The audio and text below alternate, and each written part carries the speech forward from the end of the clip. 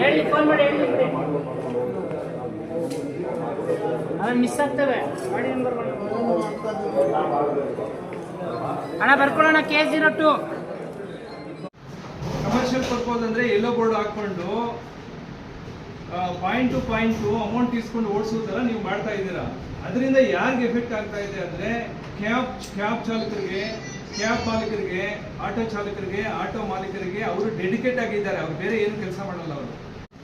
ಅದನ್ನ ಇನ್ಬಿಟ್ಟು ನಾವು ಕಾನೂನು ವಿರುದ್ಧ ಇಲ್ಲಿಗಲ್ ಕೆಲಸ ಮಾಡಿದ್ರೆ ತಪ್ಪಾಗಲ್ವೇನ್ರಿ? ತಪ್ಪು ಸರ್ ನಮ್ದು. ಅದಕ್ಕೆ ಹ್ಯಾಪ್ ಕ್ಲೋಸ್ ಮಾಡೋದಲ್ಲ, ನಾವು ಈ ವರ್ಕಿಂಗ್ ಸಿಸ್ಟಮ್ ಅನ್ನೇ ಕ್ಲೋಸ್ ಮಾಡಕ್ಕೆ ಹೋಗ್ತೀವಿ. ಬೇರೆಯವ್ರಿಗೆ ಯಾರ್ಯಾದ್ರು ಅನ್ಯಾಯ ಆಗ್ತಾ ಇದ್ರೆ ನಾವು ನಮ್ ಕಂಪ್ಲೇಂಟ್ ನೋಡಿ HSRTO ಬೈಕ್ಗಳನ್ನ ಸೀಸ್ ಮಾಡಿರೋದು ಇದು. ಇವತ್ತಿಂದ ಬೈಕ್ ರ್ಯಾಪಿಡದವರಿಗೆ ಅದೃಷ್ಟ ಸ್ಟಾರ್ಟ್ ಆಯಿತು. ಇನ್ಸೆಂಟಿವ್ ಮೇಲೆ ಇನ್ಸೆಂಟಿವ್ ಕೊಡ್ತಾರೆ ಇರೋದು, ಇಸ್ಕೊಂತಾನೆ ಇರ್ತಾರೆ. ಆಟೋ ಡ್ರೈವರ್ ಕೊಡ್ತಾನೆ ಇರ್ತಾರೆ, ಇನ್ಸೆಂಟಿವ್ ಇಸ್ಕೊಂತಾನೆ ಇರ್ಬೇಕು ಬೈಕವರು. ನೋಡಿ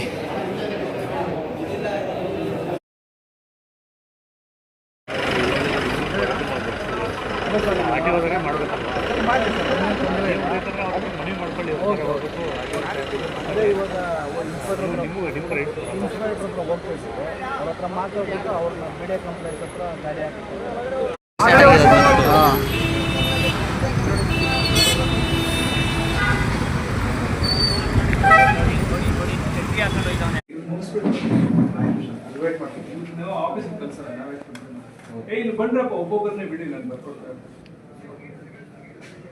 ಅಲ್ಲ ಇನ್ನೊಬ್ಬ ಯಾರಿದ್ದಾರೆ?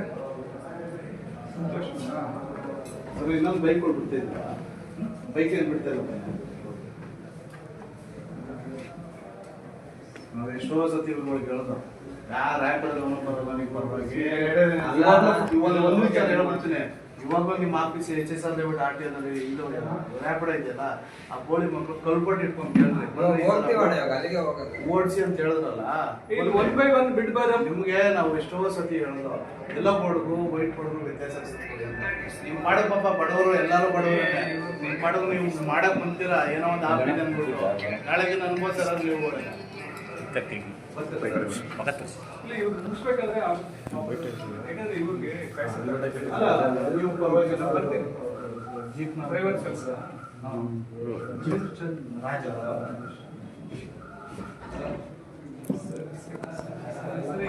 ವಿಡಿಯೋ ಮಾಡ್ಬೇಡ್ರಪ್ಪ ಬಿಡ್ರ.